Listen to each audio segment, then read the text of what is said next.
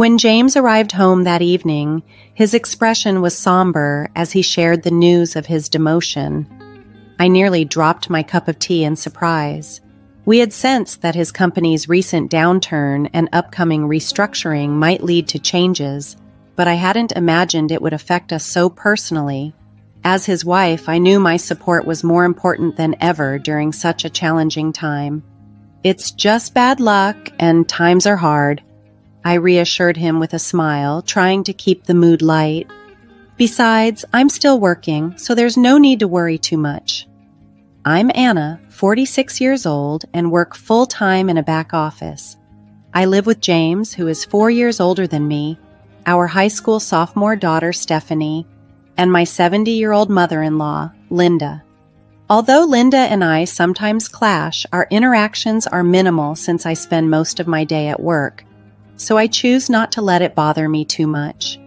To Stephanie, I explained, "Your dad is a bit upset about his job, but let's try to keep things normal around him." However, James began to express his frustrations more openly, often directing his upset feelings toward those he trusted most, including me. The next day, as I was cleaning the hallway on my day off, James passed by and made a cutting remark about my weight. "You've put on some weight since we got married, haven't you?" he said sharply. "Well, I am 46, you know. It's normal around menopause," I replied calmly, noting that my recent health checkup showed that I was not overweight, but his next words were hurtful.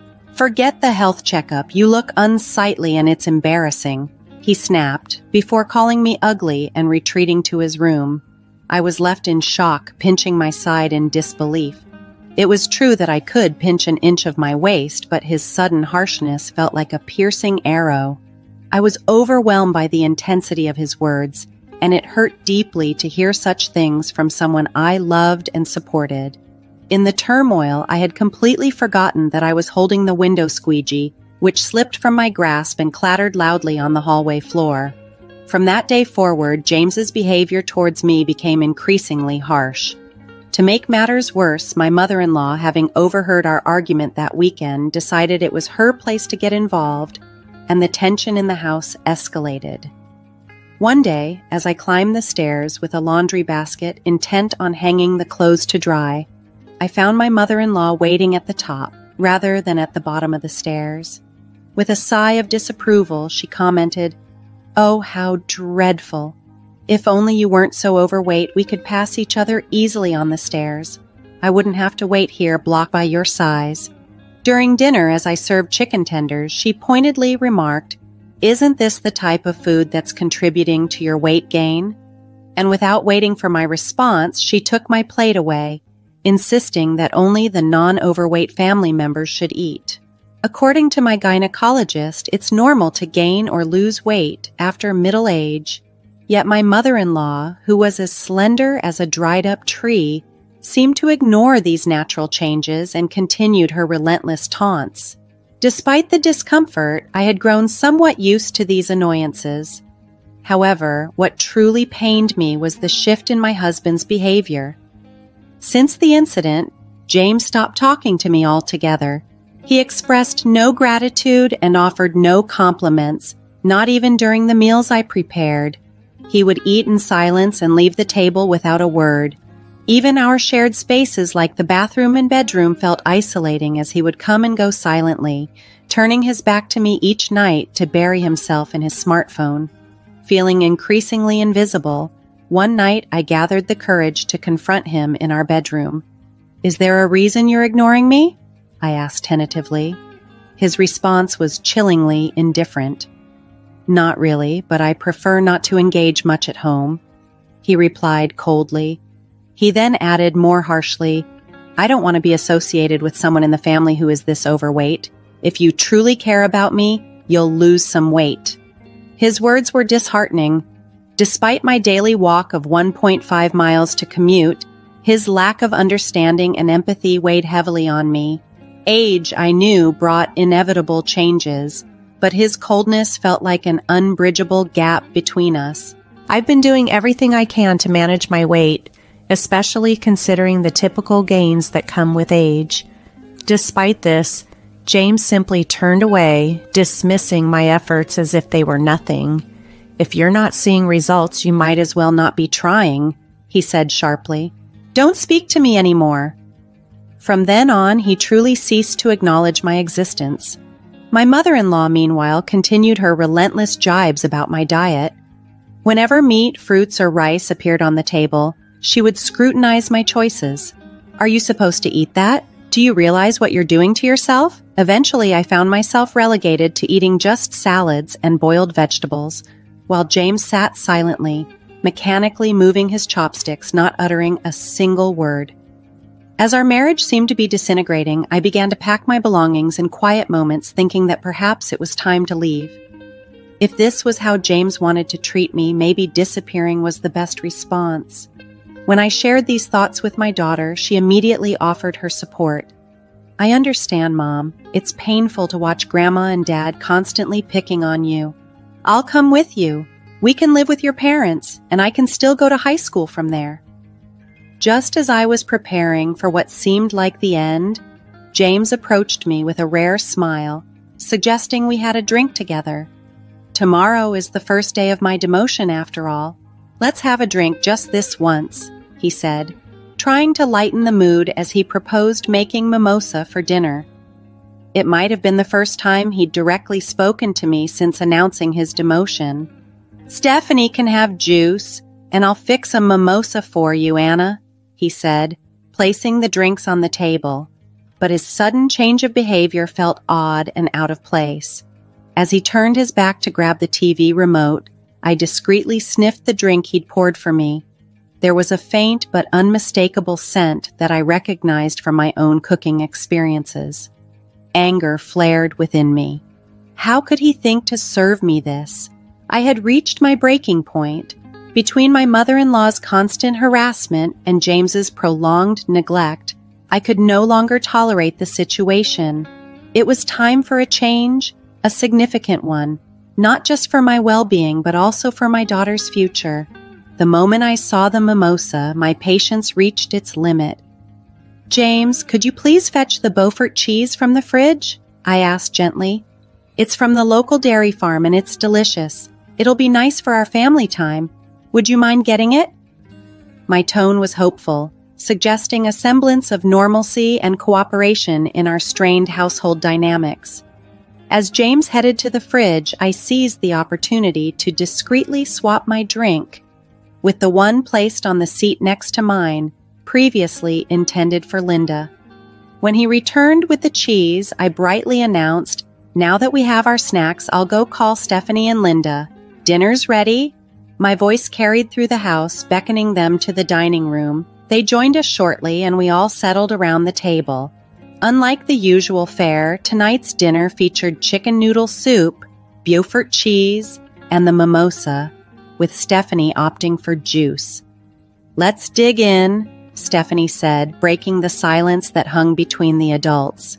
I took a sip of the swapped mimosa, noting James watching me intently.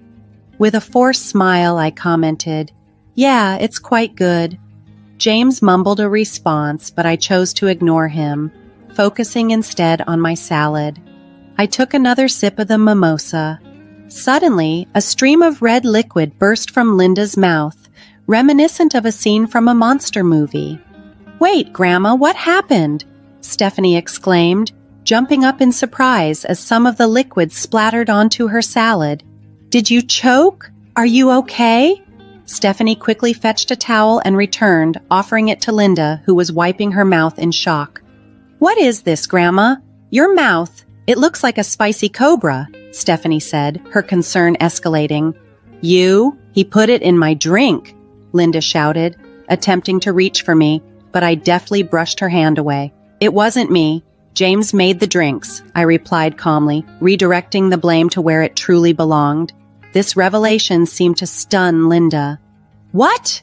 she screamed, her lips still stained from the sauce, as she turned to glare at James, who was now visibly trembling. Leaning towards him, I rested my hand on the table, adding a bit of pressure. "You thought you could sneak it into the mimosa, didn't you?" I accused softly. I could detect the slight difference, even though it was subtle. The tension at the table was palpable, as James's deceptive attempt was unveiled, shifting the dynamics of our strained evening. I had recognized the taste instantly. It was that hot sauce from Georgia, the one with a hint of lime that I found more appealing than the more famous death sauce. That was a dash of hell, wasn't it? I confronted James firmly, referring to the sauce I'd discovered at a food fair, known for its fiery kick softened by subtle lime undertones. That hint of lime was what I picked up, I explained, clarifying how I detected his sneaky addition to the drink. My mother-in-law probably didn't notice due to the aroma of the mimosa, or perhaps she thought the lime was meant to be part of the drink's flavor. Regardless, this was an incredibly vicious prank. Wait, Dad did that? Stephanie looked at us, her face etched with disbelief. James, looking cornered, confessed, I intended for Anna to have it. You should switch it with yours. His words were almost desperate, revealing the malicious intent behind his act. Just because she realized it was meant for me, she wants to pass it off to me? I'm not touching that dangerous concoction, I stated firmly, keeping the pressure on James. And why exactly did you think pulling such a stunt was acceptable? I pressed him further. You were putting on weight, and spicy food can boost metabolism, so I figured I'd give it a try. James tried to justify his actions. Pathetic, I scoffed, dismissing his feeble excuse as utterly embarrassing. Under the weight of the pressure, James shifted uncomfortably in his chair. I'm not crazy. This is a legitimate reason to support your diet. Here, swap your cup with mine and have a taste. I made it for you, he urged, trying to persuade me to accept his rationale. Retreating slightly as he saw my unwavering stance, he added, What are you implying? As the one who prepared it, you should be the one to sample it. Come on. Rising from my seat, I grabbed the cup containing the fiery concoction meant for my mother-in-law and placed it firmly in front of my husband.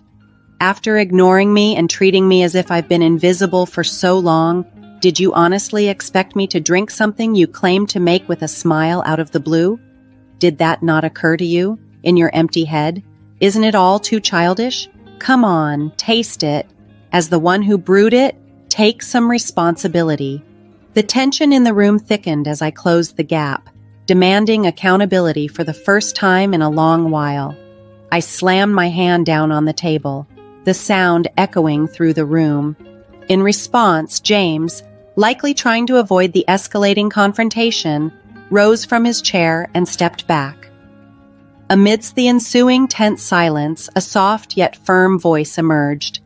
It was our daughter, Stephanie, her words sounding strained as though it took her immense effort to voice them.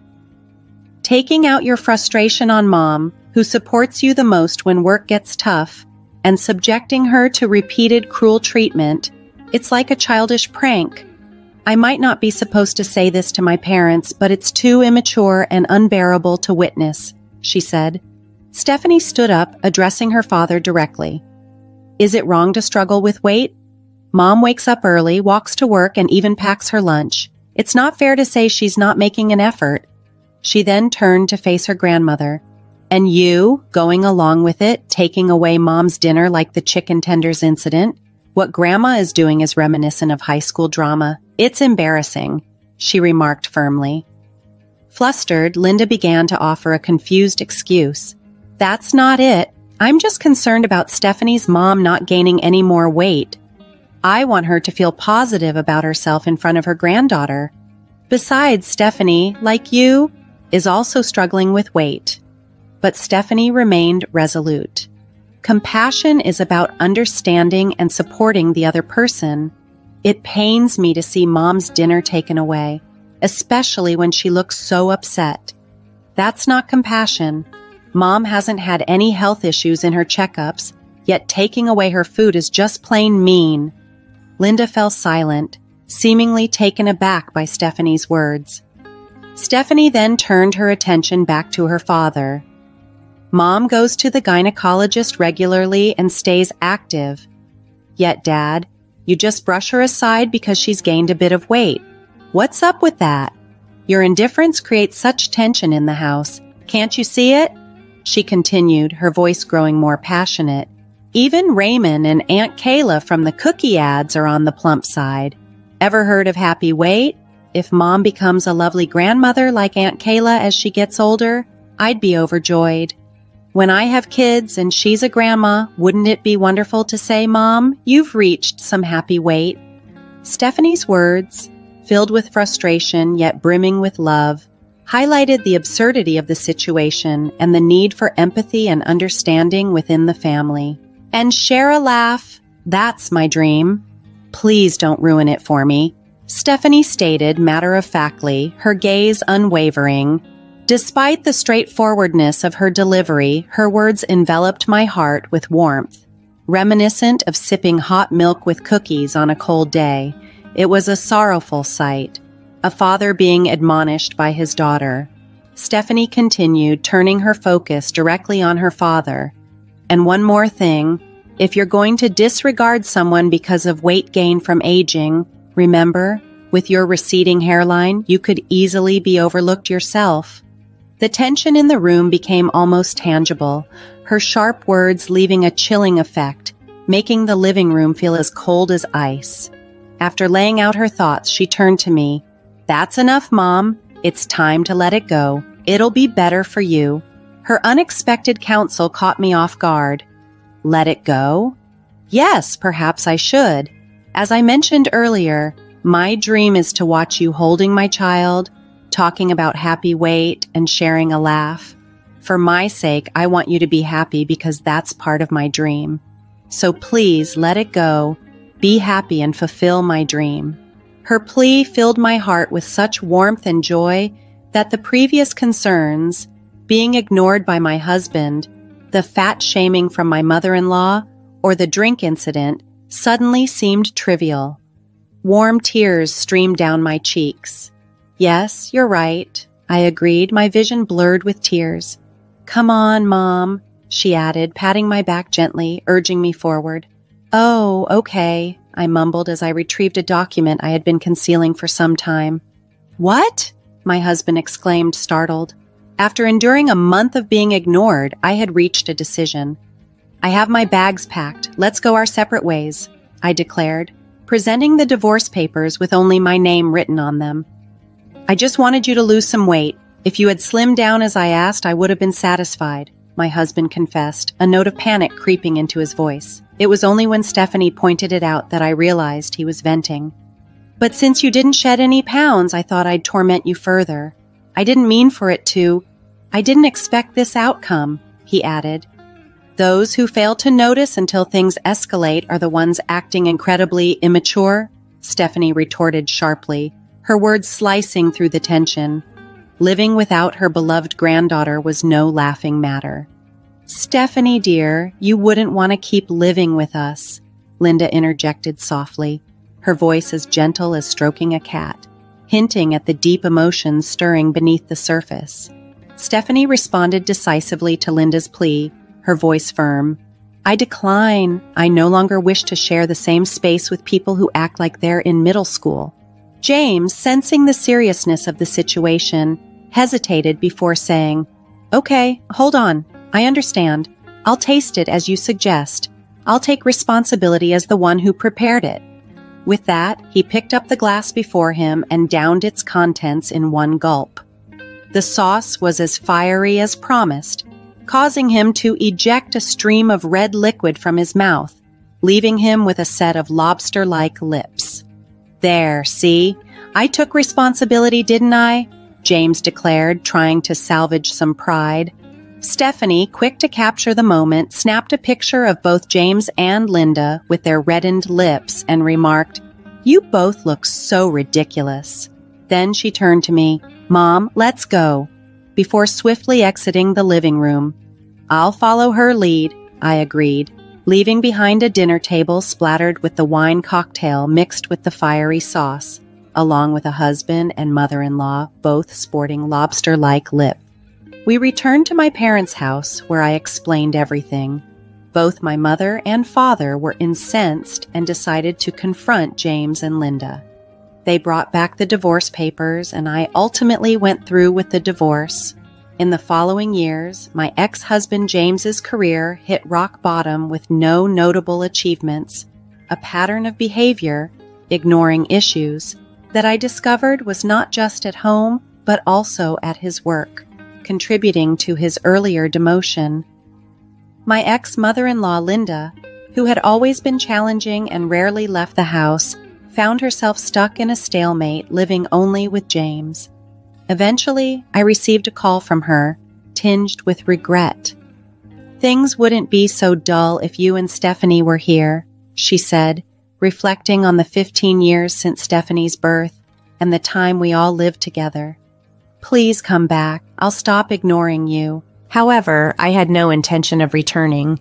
"Enjoy indulging while you can. Once you have grandchildren, you'll have more physical work to do," my mother joked with a smile, highlighting how life had moved on. Today, like every day, I'm walking to work, enjoying the brisk morning air. Along the way, my boss drives by and stops his car, offering me a ride. "No, thank you," I decline, sticking to my routine, which has become part of my new lifestyle. "Just get in, Anna," he insists, but today is different. I found a new boyfriend, someone who respects and supports me, unlike my past. I proudly share that both of us have gone through divorces, which surprisingly has deepened our connection and mutual understanding. Dieting is wonderful, but he also has a knack for punctuality. As he drives, he mentions, "Being late could be a problem." "I've never been late before," I respond, puffing up my cheeks defensively. He looks over at me and with a playful gesture gently pokes my inflated cheek. "How about you give me the time you save by riding in the car today for a little extra conversation?" he suggests with a teasing smile, always the conversationalist in our relationship.